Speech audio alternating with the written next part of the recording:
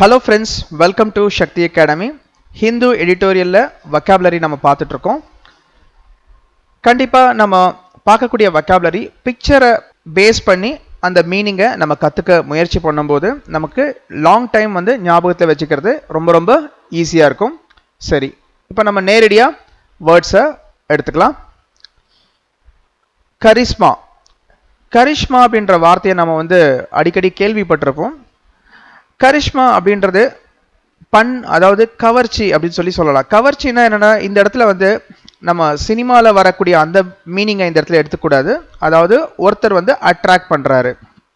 For example, நீங்க ஒரு இடத்துக்கு போறீங்க, அங்க மேடையில் ஒருத்தர் பேசுறாரு, பேசும்போது அவரை வந்து உங்களுக்கு ரொம்ப பிடிச்சி போகுது. அப்போ அது அந்த மாதிரியான கவர்ச்சி.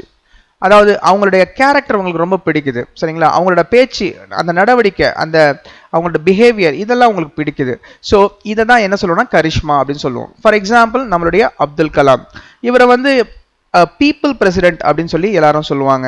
ஏன்னா பீப்புளோட ரொம்ப மிங்கிள் ஆனதுனால. அதே மாதிரி இவர் வந்து எல்லாரையுமே இந்தியா முழுக்க இருக்க மாநிலங்கள், எல்லா மொழிகள் பேசக்கூடிய மக்கள் எல்லாருக்குமே வந்து அப்துல் கலாமை ரொம்ப பிடிக்கும். ஸோ இந்த மாதிரியான நபர்கள் அல்லது இந்த மாதிரியா ஒருத்தர் வந்து அட்ராக்டிவா இருக்கிறாரு அப்படின்னா அவரை வந்து நம்ம கரிஷ்மா பர்சன் அப்படின்னு சொல்லி சொல்லுவோம். அப்ப கரிஷ்மானா என்னன்னா, he will attract, அதாவது மற்றவங்கள ரொம்ப ஈஸியா வந்து கவர்றது, அவங்களுக்கு பிடிக்கும், சரிங்களா? ஸோ அப்துல் கலாம் ஒரு எக்ஸாம்பிள். அதே மாதிரி பார்த்தீங்கன்னா நம்ம தமிழ்நாட்டில் அப்துல் கலாம், அதே மாதிரி காமராஜர், இன்னும் நிறைய பேரை நம்ம சொல்லிக்கிட்டே போகலாம். ஸோ இவங்களுக்கெல்லாம் வந்து ஒரு கரிஷ்மா லீடர்ஸ் அப்படின்னு சொல்லுவாங்க. அடுத்ததா இதுக்கான சினானிம்ஸ் அப்படின்னு வரும்போது அட்ராக்டிவ்னஸ். பாருங்க, அட்ராக்டிவ்னஸ். அதே மாதிரி இதுக்கான ஆன்டனிம்ஸ், அதாவது ஆப்போசிட் வேர்ட் அப்படின்னு வரும்போது அன்அட்ராக்டிவ்னஸ். இதை நம்ம சென்டென்ஸா சொல்லும்போது the people president has great personal charisma அப்படின்னு சொல்லி நம்ம சொல்லலாம். அடுத்ததா caveat. caveat அப்படின்னா என்னன்னா, ஒரு விஷயத்தை செய்யறதுக்கு முன்னாடி அதை பத்தி எச்சரிக்கை செய்யறது. இது இப்படி ஆயிடுச்சுன்னா என்ன ஆகும், அப்படியானா நான் அதுக்கு பொறுப்பு கிடையாது அப்படின்னு சொல்றது. ஃபார் எக்ஸாம்பிள், இங்க ஒரு லேடிக்கு ஆப்ரேஷன் பண்ண போறாங்க. ஸோ ஆப்ரேஷனோட முடிவு வந்து நெகட்டிவாக கூட இருக்கலாம். ஒருவேளை அவங்க இந்த ஆப்ரேஷனில் இறந்து கூட போகலாம். ஸோ அதனால முன்னெச்சரிக்கை டாக்டர்ஸ் வந்து என்ன பண்ணுவாங்க, அவங்க ஒரு பத்திரத்தில் சைன் வாங்குவாங்க, இதுக்கு ரெடினா மட்டுமே நாங்கள் ஆப்ரேஷன் பண்ணுறோம் அப்படின்னு சொல்லிட்டு. ஸோ அப்போ இந்த இடத்துல வந்து முன்னெச்சரிக்கையாக வந்து பார்த்தீங்கன்னா ஒரு வார்னிங் கொடுக்கறது, ஒரு காஷன் கொடுக்கறது அப்படின்னு நம்ம சொல்லலாம். ஸோ அதுக்காக பயன்படுத்தக்கூடிய வார்த்தை வந்து கேவியட். இதுக்கான சினானிம் அப்படின்னு சொல்லும்போது நம்ம ஈஸியாக ஞாபகம் வச்சுக்கலாம், வார்னிங் அல்லது காஷன். அதே மாதிரி இதுக்கான ஆன்டனிம்ஸ், அதாவது ஆப்போசிட் வேர்ட் அப்படின்னு வரும்போது இன்அட்டென்டிவ்னஸ் அப்படின்னு சொல்லி நம்ம சொல்லலாம். சரி, இந்த கேவியட்டை பேஸ் பண்ணி நம்ம ஒரு சென்டென்ஸ் ஃபார்மேஷன் சொல்லும்போது she will be offered treatment with a caveat that it may not work. அதாவது எச்சரிக்கை செய்கிறாங்க, இந்த ஆப்ரேஷன் வந்து சக்ஸஸ்ஃபுல்லாக இல்லாமையும் இருக்கலாம், அதே மாதிரி இந்த ஆப்ரேஷன் வந்து எந்த யூஸும் இல்லாமையும் இருக்கலாம் அப்படின்ற அந்த எச்சரிக்கையோட இதை வந்து அவங்க இந்த ட்ரீட்மெண்ட்டை அவங்க செய்கிறாங்க. அடுத்தது கொல்யூஷன். கொல்யூஷன் ஸ்பெல்லிங் பாருங்க, சில பேர் வந்து கொலிஷன் அப்படின்ற வார்த்தையோட இதை கன்ஃபியூஸ் பண்ணிப்பாங்க.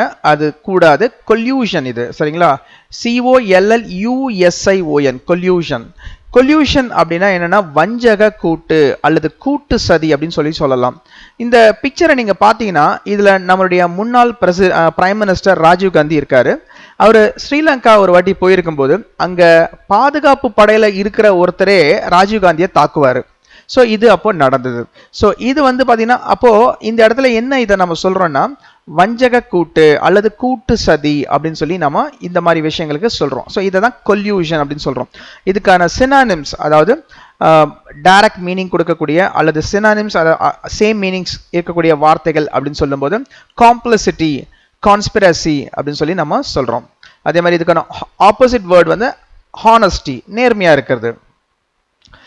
சரி, இந்த கொல்யூஷன் அப்படின்ற வார்த்தையை நம்ம வந்து வேர்ட்ஸ்ல, அதாவது சென்டென்ஸ் ஃபார்மேஷன் கொடுக்கும்போது the officials are in collusion with the criminals, அதாவது அதிகாரிகள் பார்த்தீங்கன்னா கிரிமினல்ஸோட கூட்டு சதியில ஈடுபடுறாங்க அப்படின்னு சொல்லி நாம சொல்லலாம். அடுத்ததா கான்ஃபரன்டேஷனல். பாருங்க, இந்த கான்ஃபரன்டேஷனல், இந்த பிக்சரை பார்த்தோன்னே தெரியும் நம்ம அரசியல்வாதிங்க சண்டை போடுறது, அதாவது இதோட மீனிங் வந்து மோதல். ஸோ கான்ஃபரன்டேஷனல்ல மோதல். ஸோ இதுக்கான சினானிம்ஸ் பார்த்தீங்கன்னா பேட்டில், கம்பேட், காம்பேட், அப்புறம் கான்ஃப்ளிக்ட், இந்த வார்த்தைகள்லாம் வந்து இதுக்கான சினானிம்ஸ். அதே மாதிரி இதுக்கான ஆன்டனிம்ஸ்னு சொல்லும்போது ஜென்டில், பீஸ்ஃபுல், ஃப்ரெண்ட்லி, இந்த வார்த்தைகள் எல்லாம் பார்த்தீங்கன்னா இதுக்கான ஆப்போசிட் வேர்ட்ஸ் அப்படின்னு சொல்லலாம். இதில் அகெயின் இந்த கான்ஃபரன்டேஷனலை வச்சு நம்ம ஒரு சென்டென்ஸை உருவாக்கணும் அப்படின்னா politicians are too confrontational at all times with opposite parties. அதாவது எதிர்கட்சிக்காரங்க கிட்ட எப்பவுமே பார்த்தீங்கன்னா அந்த பொலிட்டீஷியன்ஸ் என்ன பண்ணுவாங்க, ஒரு மோதல் அப்படின்ற அந்த விஷயத்தை வந்து எப்பவுமே ஏற்படுத்திட்டே இருப்பாங்க. ஸோ அதுதான் இங்கே சொல்கிறோம். அடுத்ததா கொனாய்சியர் அப்படின்ற வார்த்தை. கொனாய்சியர் அப்படின்னா என்னன்னா ஒரு துறையில வல்லுநரா இருக்கிறது, அதாவது கலை வல்லவன் அப்படின்னு சொல்லி நம்ம தமிழ்ல சொல்றோம்.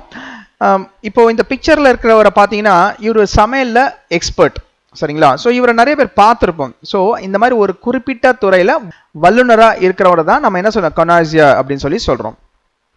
இதுக்கான மீனிங்ஸ், அதாவது சிமிலர் மீனிங்ஸ் பார்த்தீங்கன்னா ஸ்பெஷலிஸ்ட், ஃபீல்டு எக்ஸ்பர்ட் அப்படின்னு சொல்லி சொல்லலாம். அதே மாதிரி இதுக்கான ஆப்போசிட் வேர்டு வந்து இக்னாரமஸ் அப்படின்னு சொல்லி சொல்லலாம். இதை நம்ம ஒரு சென்டென்ஸ் ஃபார்மேஷனாக சொல்லும்போது இஸ் அ கனாய்சர் ஆஃப் கிச்சன் அப்படின்னு சொல்லி நம்ம சொல்லலாம். Thank you friends. மீண்டும் இதே மாதிரி இந்து வொக்காபுலரி வேர்ட்ஸில் உங்களை சந்திக்கிறேன். இந்த மெத்தட் ஆஃப் ஸ்டடிங் உங்களுக்கு பிடிச்சிருக்கு அப்படின்னா உங்களோட ஃப்ரெண்ட்ஸ்க்கும் கண்டிப்பாக ஷேர் பண்ணுங்கள். மறக்காமல் நம்ம சேனலை சப்ஸ்கிரைப் பண்ணுங்கள். மீண்டும் அடுத்த வீடியோவில் உங்களை சந்திக்கிறேன். நன்றி.